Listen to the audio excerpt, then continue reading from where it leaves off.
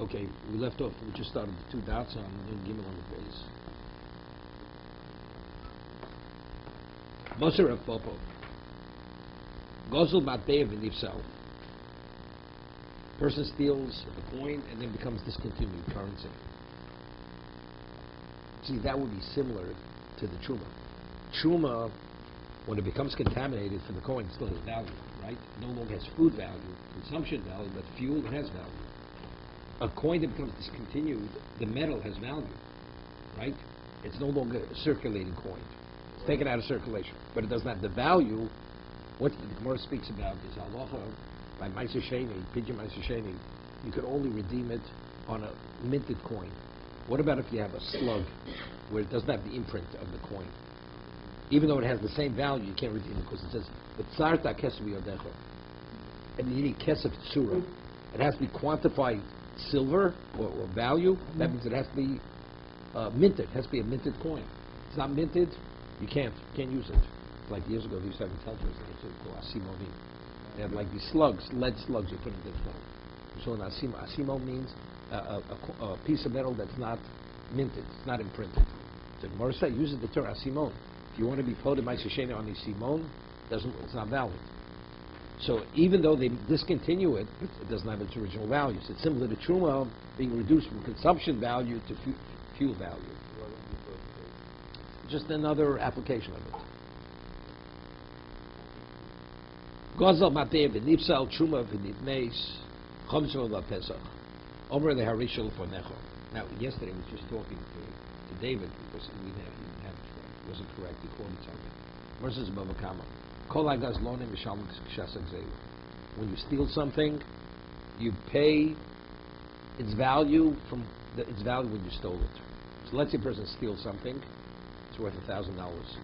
The market falls, it's worth $1. And then through an act of God, it's destroyed. What does he pay? Does he pay $1 or does he pay $1,000? He has to pay $1,000.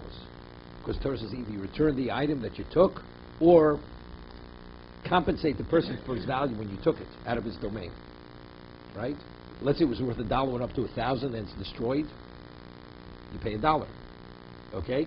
What about after he steals it? And this is the classical case because they discuss it. The Achronim, person steals a barrel of wine. It's worth $2, it goes up to $5. The Tavra V'Shasya takes an axe, smashes the barrel, or he drinks the wine. He pays the $5. Why? Because the breaking of the barrel, it's a new act, right? He's minimally a damager. Now, even though you stole whose item is it? Whose wine is it? Whose barrel is it? It belongs to the one who you stole from. So, Kol HaGazl Mishal Zelu means that the liability of stealing is determined by its value when you took it out of the person's domain. But factually, whose item are you destroying? You're destroying the victim's item. So if it's worth $5, even though it was worth $1 when you stole it, you pay $5.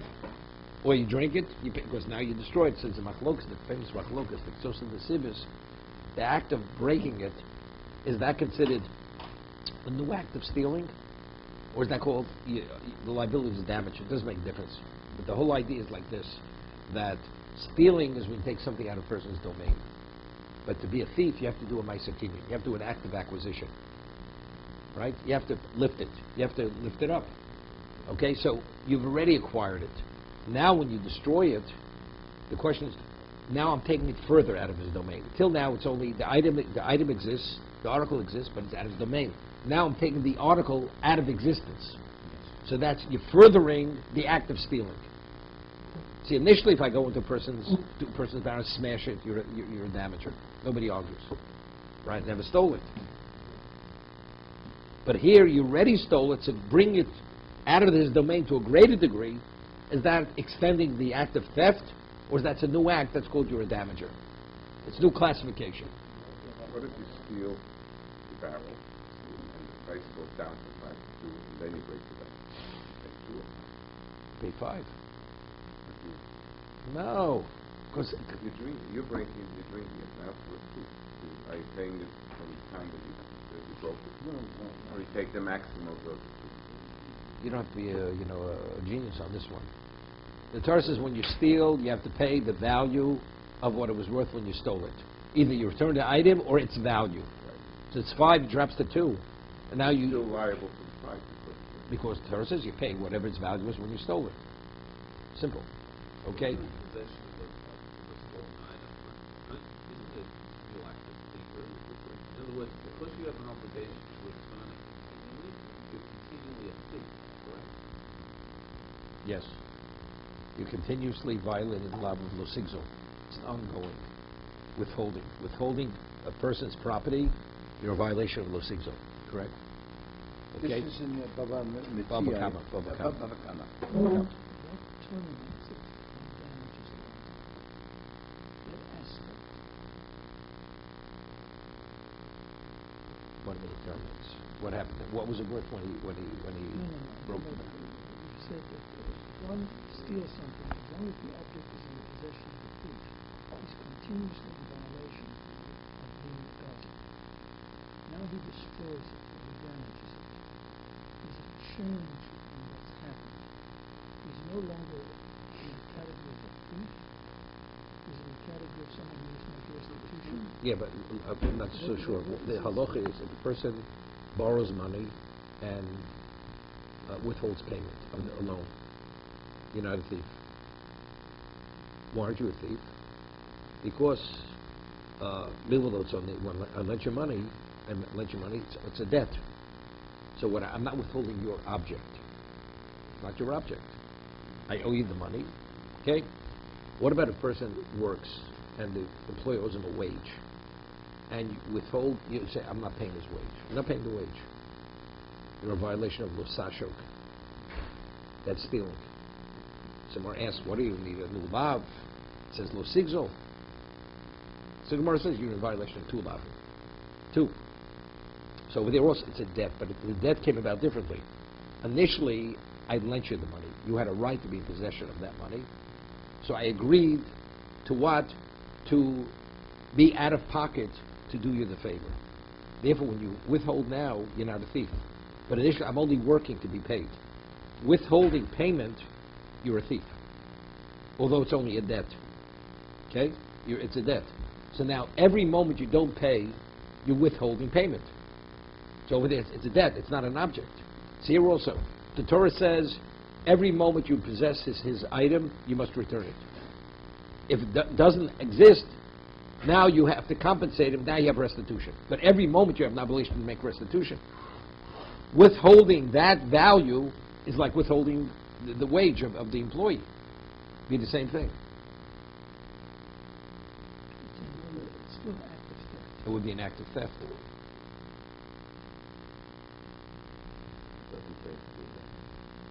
It's a debt, but this debt withhold is the equivalent of an act of stealing. It's withholding of payment.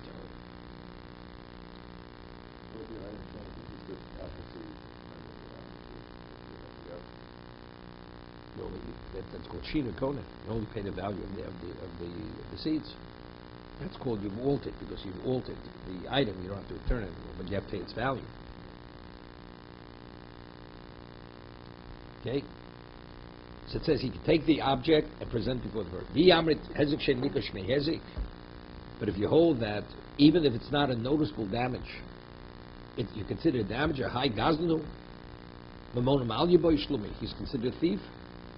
And Tosik, it's considered as visually as if it's a damaged item. It's been altered. So what do we see from this Mishnah? That Hezek Shenik is lo shmei Hezek. That's why you could present the chometz after Pesach, although it's worthless. Tiyufta. So Tos says, Tiyufta means it's refuted, even though the Gemara right away says, Leimek Tanoi. It seems to be Tzamachlus Tanoi. So how can you say Tiyufta is refuted? We're saying it's a Machlus Tanoi. There's a Machlus Amoroim. Right? So Tosa says that since we rule Hezek Shenik lo shmei Hezek, that a damage is only if physically you diminish the item, halacha changes, although it devalues it, is a devaluation, but you're not damaged, and therefore the Gemara uses the term tiyufta. He's refuted. Yes. But tiyufta is pretty strong. Lema ketanoi. Seems to be it's machlokes tanoi. Ametame v'amedame v'amenasech. Person goes, contaminates truma. Medama we had earlier, takes truma and mixes it into chul and wine. Say also, it's a diminishment of value because now only the Kohen can drink the wine. Menasech, whatever Menasech means. Either he poured libations or he took Yain Nesach, added it to kosher wine, so the wine cannot be drunk now. Right? Because now it's Isurei Hanoi. You cannot permit the benefit from the wine. Echod Shogig, Echod Mezit Chayov Di Rameir. Rameir says whether you do it inadvertently, you do it deliberately, Chayov. He's a Tano. Rameir's not in the Mishnah. They read it. Well, first of all, it's some Mishnah that would be like this. So it's not going like Okay. Rameir. So it's not going like Rameir. Okay. So Div Rameir. So clear. Rameir holds Hezek Sheni Nikr, Ishmei Hezek. Then the question is, why is Wait. giving a minority of people? Let's try to understand what we're talking about before you ask me from the Mishnah. Rameir says what race doesn't differentiate Shogig or Mezid. So if it's a penalty, why should we penalize him on a Shogig level? Deliberately makes sense. Evidently it must be. If Rameir says Shogig, it's Chayov. You have financial liability, it must be Hezek Sheni Nikr, Ishmei Hezek. He's a damager. Okay? Review the Omer. B'Shogig Patur, the Mezid Chayov. If you hold Hezek Sheni Nikr, Ishmei Hezek, why should we absolve him from his debt when he does the B'Shogig? Evidently, Hezek Sheni Nikr is Lo Shmei Hezek. So why is he Chayiv by Mezid? We penalize him. Right? Rabbinically. We penalize him. That's why it's Chayiv. My love, so see, what's the argument?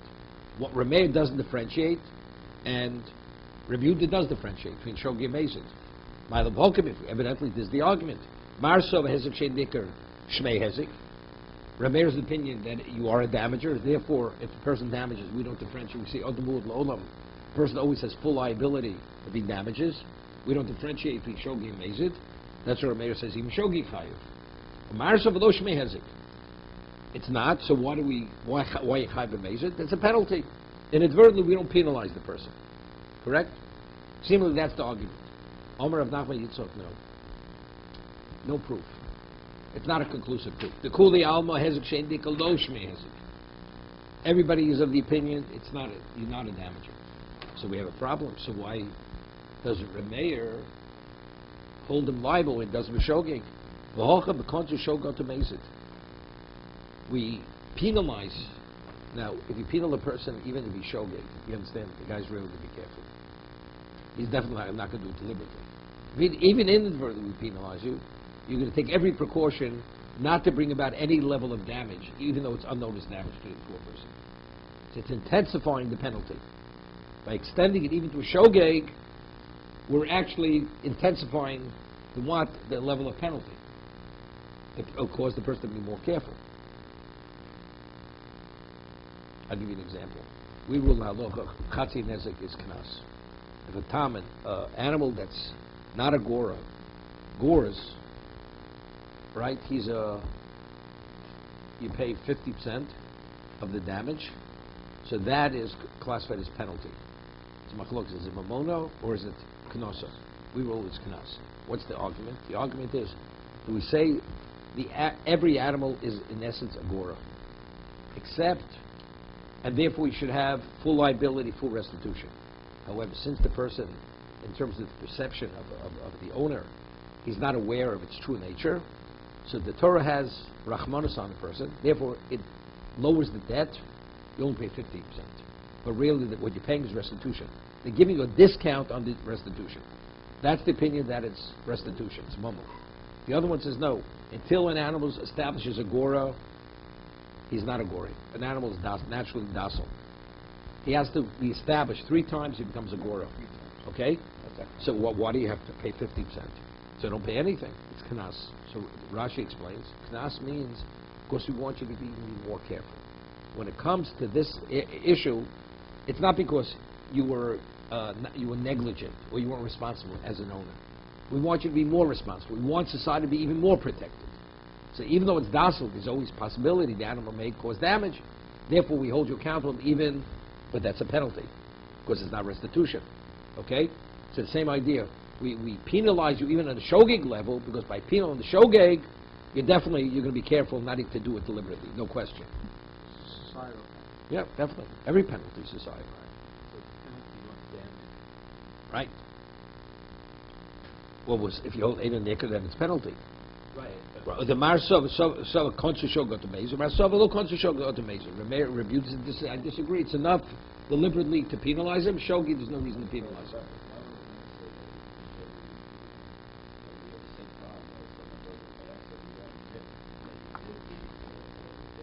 Because the overriding factor is that's the overriding factor. We want him to be more careful. That he's not going to inform. You know something? Sometimes you have to bite the bullet because ultimately it's not going to happen, so he doesn't have to tell him. You only have to tell him if he does the wrong thing. This man's not going to do the wrong thing. That's how careful he's going to be. He says, I disagree.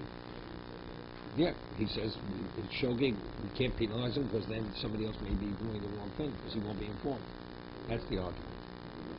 With the scoring accent, also the same reason there are times where shogig not the latest, or I'm just saying but if they say it's a penalty. It's not shogig of amazing. But it's the same idea. Rabbi, currently some animals don't we differentiate about some animals who are more liable to commit damage than others. For instance, instead of an ox, if you have a bull is going to damage more than an ox.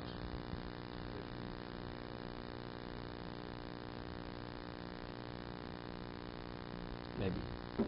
The Gemara says there's certain things like eating. An animal goes and forages in somebody else's property. Yes. Every animal, that's natural to every animal. Right. Or it walks and it tramples on something. An animal doesn't watch where it walks. There you have full liability. But some goring, which is unusual, that's the question. How unusual is it? Okay. Ramid Rameh and Rameh. We have a contradiction. Rameh, Ramid Rameh, Rameh. Because we're saying now, contra Meir, even Shogeg, we penalize you because it makes it. Well, it seems we have a contradiction of Meir, we have a contradiction of Rebuda, to Tanya. Hamavashu b'Shabbos b'Shogeg. On a Torah level, if one cooks on Shabbos, are you permitted to benefit from the item that you did the malacha with? On Torah level, you're permitted. It's rabbinical. It's purely rabbinical. We penalize you. And because you did the wrong thing, we will not allow you to benefit from what you did. Okay? It's a penalty. So, what about if you do it b'shogeg? Do we penalize you if you cook inadvertently? If a person for Sunday morning makes himself a cup of coffee, do we allow him to drink the coffee? Shogeg. Correct? On Shabbos. On Shabbos. Hamvasha b'Shabbos, b'shogeg, yochel. It's permitted to eat the food. Mezid lo yochal or lo yochel, divrei meir. So Rameh here differentiates between shogeg and mezid. Mezid, you do it deliberately, we will not allow you to benefit from that. Shogeg, we will allow you to benefit. Even to eat the food on Shabbos, that he had violated Shabbos since it was inadvertent. Even though he has to be mechatos for doing the act of cooking, but we do not penalize him. So what do you see here? There's a doraisa. So we see Rameh, although we penalize him, mezid, it's a penalty. On a Torah level, you're permitted to benefit. And yet, Shogeg, we don't, so we have a stira. Review Domer, Shogeg, Yochel, Motzei Shabbos. On Shabbos, we're not going to allow you to eat it. So it's a slight slap on the wrist. Shabbos, we will not allow you to eat it. Because the whole idea is, we don't want, if you can benefit, the person says, you know something, I had a benefit. You know something, you gain nothing. So why? We're not going to let you eat it on Shabbos. But we allow him Motzei Shabbos. The mezid lo yochal omis. No, never. You can never benefit. You can never eat that food. Never eat the food. But how could you have food cooked on Shabbos b'shogeg? Person thought it was Sunday morning. Ah, yeah. Or the person was not moritz.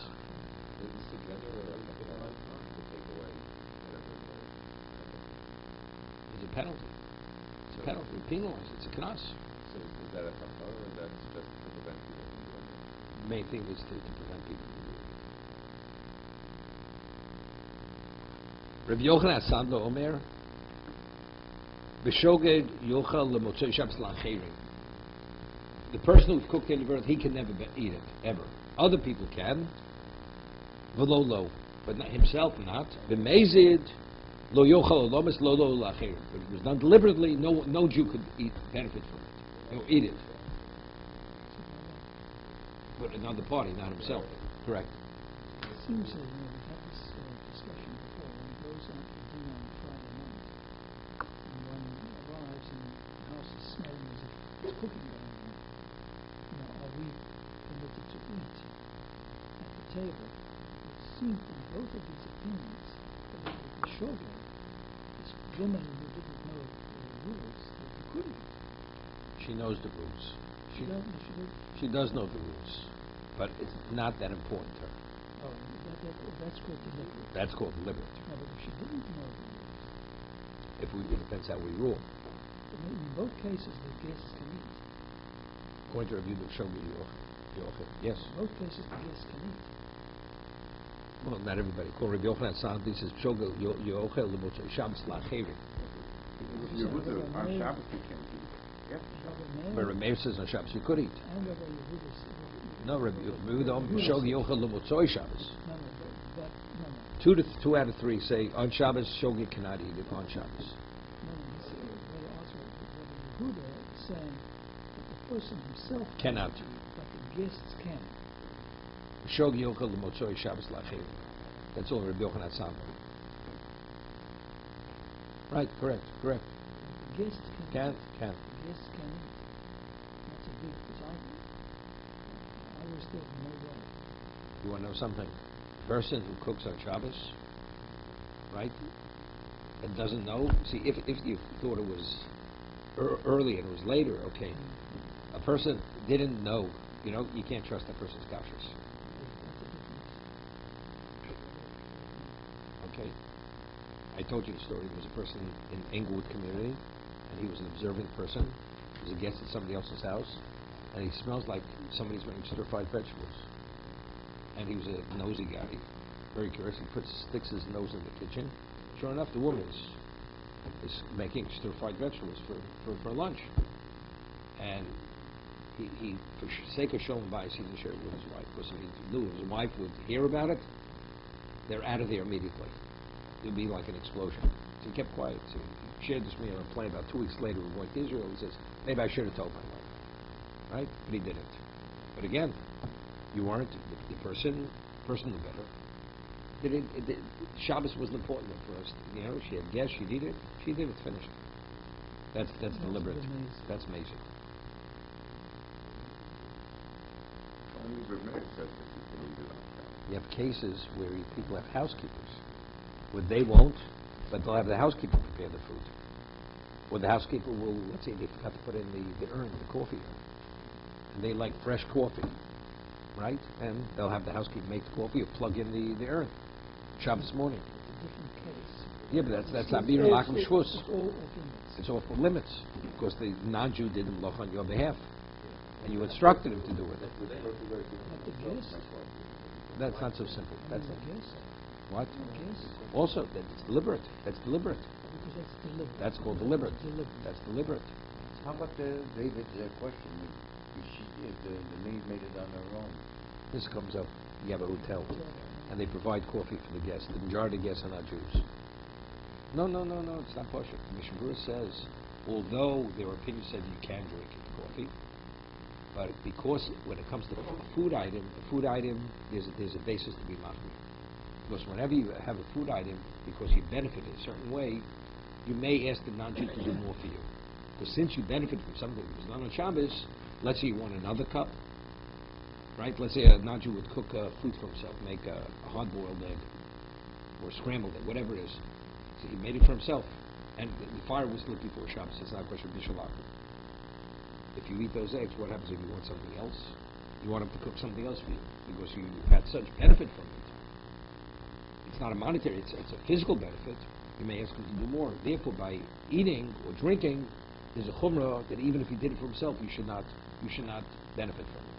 You should not eat it. What about in Israel, in a hotel where there is a buffet, breakfast? I forget how it works. Is there coffee? Is there... That's under hashkocha. It's under rabbinic sufish. Everything's done right there. The urn was done before Shabbos. Everything was done before Shabbos there. Do it at home also. So it's not wrong. But we have a contradiction there. Here Rameir says in regard to Hezek Shein and Nicker, as we're explaining it. Why does Rameir say Shogeg is Chayov? Because he penalized you even on Shogeg level. See, if it's Hezek Shein and Shmei Hezek, one thing has nothing to do with another. They were talking about you're a damager. They were talking about penalizing the person, right? But if you tell me Shogeg, it's not based because he's a damager. It's only a penalty. So why in regard to Shabbos, in regard to damages, he penalized you? In regard to Shabbos, although you violated, he doesn't penalize you for Shogeg. So we have a bona fide contradiction. That's the first question. Okay, Kasher Meir, Meir, Kasher Rebuda. I have a contradiction of Meir, a contradiction of Rebuda. Meir lo Kasher. Ki konis b'drabanan, b'dorais lo konis. Interesting concept. You know, it's interesting. The Gemara says in Beyo, this machlokas, Shimon Rebuda, whether muktzah is permitted or muktzah is not, whether permitted or not permitted. It's a question. So the Gemara says, Reb Shimon says muktzah he's mekel, Reb Yehuda is machmer. Yom Tov we possibly rule like Reb Yehuda. Shabbos we rule like Reb Shimon. Right? That's what the Gemara says. Why? It says Shabbos is so strict. So if you allow a lenience to take place, a person is not going to in any way compromise the Shabbos. Because Shabbos is perceived as being the ultimate level of violation. But Yom Tov, where so many things are permitted, if you give him another leniency, you know what happens? He's out the door. He'll violate Yom Tov. So therefore we have to rein in on the person to be machmir on Yom Tov, because if we're too lenient, he's going to violate Yom Tov. But Shabbos, that's seen as so chamor, we're machmir. Therefore we could be mekel. Therefore we could afford to be more lenient. Therefore we follow Reb Shimon. Okay? That's one example. Another example. Marz Shaila, which leaves it unresolved. This is above Mitzvah, Rabbi, because you're always one of us, but become above Mitzvah. Marz says, we hold halacha shvus, telling a non-Jew to do something that you're not permitted to do. Right? You're not permitted, unless you Shabbos. Tell somebody to cook, you're not permitted to cook. You're not permitted. So Marz a question, Torah says, lo sachsim shor b'disha. You're not permitted to muzzle an ox when it threshes. Okay? What about if you tell your non-Jewish foreman, I want you to muzzle the ox and thresh the wheat? So you tell him to do something that you're not permitted to do. Do we say, Amir Lak Mishvus? You're not permitted, or we say no. Shabbos, that's so chomor, which is skilo, or Yom Kippur, which is koregs. That's we don't want you to delegate it to a non-Jew. But an ordinary lav, which is not so chomor, we allow you to delegate it. The Gemara leaves it unresolved. The Gemara doesn't answer this question. So again, we're differentiating because of the stringency of Shabbos or Yom Kippur and an ordinary lav. So there's a question. One case yes, one case not. But here the Gemara is saying, using it the other way, that because it's so chomor, Shabbos is a doraisa, therefore over there we can afford to be lenient for Shogeg. But when I'm dealing at a rabbinic level, where a person takes it more lightly, then we can't allow any leniencies. Because like years ago, people used to ask, is it biblical or is it rabbinical? What difference does it make? Either way, you have to keep the law. No, but see, people they want to know one time. The Raisa, they'll listen. It's okay. So as a result of that, that's what Rameir says. When I'm dealing with a Doraisa, we can afford to be lenient on a Shogeg. When I'm dealing with rabbinical of Hezek Sheni Lo Shmei Hezek, on a Torah, you're not a damager. That was something we have to rein in on you totally. Not only on deliberate level, even on an inadvertent level. That's how we differentiate. People are more likely. What? Because people are more likely not to follow. Once you give that's right. You give a person a finger, he takes a hand. That's it. So Rameir would apply this in general terms, or just in this situation? No, we differentiate between Doraisa and Drabonon. You have to take a look. Lokasha, Kikon is B'Drabonon. When does he penalize if I'm dealing on a rabbinic level? Because Hezek Sheni Lo Shmei Hezek, in reality, you're not a damager. I'm giving a slap on the wrist. So therefore, as a penalty, we don't differentiate. B'Doraisa, but if I'm dealing on a Torah level, Lo Konis, there's no need to penalize, because the person appreciates the seriousness of the wrong. Right? So Moreso Menase, Doraisa, Kokonis, one of the examples is what? Nisuch, Nesach. It's a Doraisa. Now it's not so simple. When a machlok is this question, what is the case of Nesach? When the Machlokes Rav and Shmuel is Nesach where he actually poured the libation, or was the Nesach he took Yayin Nesach and he intermingled it with kosher wine? So what did I do? No. No, he took one is either you did the act of libation. So Shmuel says it can't be you did the act of libation because that's kimlei drabmi. You shouldn't have any liability even b'mezid. So therefore, Shmuel learns that speaking, he took yayin nesach and he added it to kosher wine. So there, it's also what's in the doraisa as a damager. It's also hezek shen nicker, right? But according to Rav, what's menasech? He actually did the act of libation. So this Gemara, when it says, "But menasech doraisa who v'kokonis," what's the question? According to Shmuel, it's not a question, right? It's only rabbinical against rabbinical. But of course, so I'm saying you have to say the Gemara because we rule like Rav over here. Because what's an act of nesach? Is it kimlei midrabi? Not kimlei midrabi. Okay?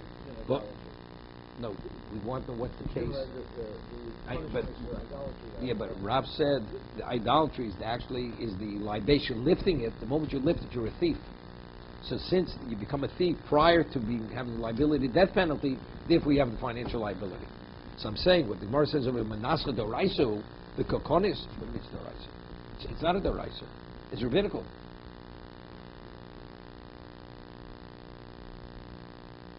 Because there he did an act of idolatry. He did an act of, according to Rav. According to Shmuel, this Gemara doesn't read well. But Menasche Doraisahu, what it was? That has to be Rav. That's what I'm saying. The way we're answering Remeh has to be Rav. That's exactly what I'm saying. But Menasche Doraisahu, the Kokonis, on them was Mishum Chumah, Davodis Kochavi, Konis because of the stringency, because a person, when it comes to idolatry, a person is so sensitive, he's not going to do it. So he doesn't need the slap on the wrist on the shoulder. Okay, we continue.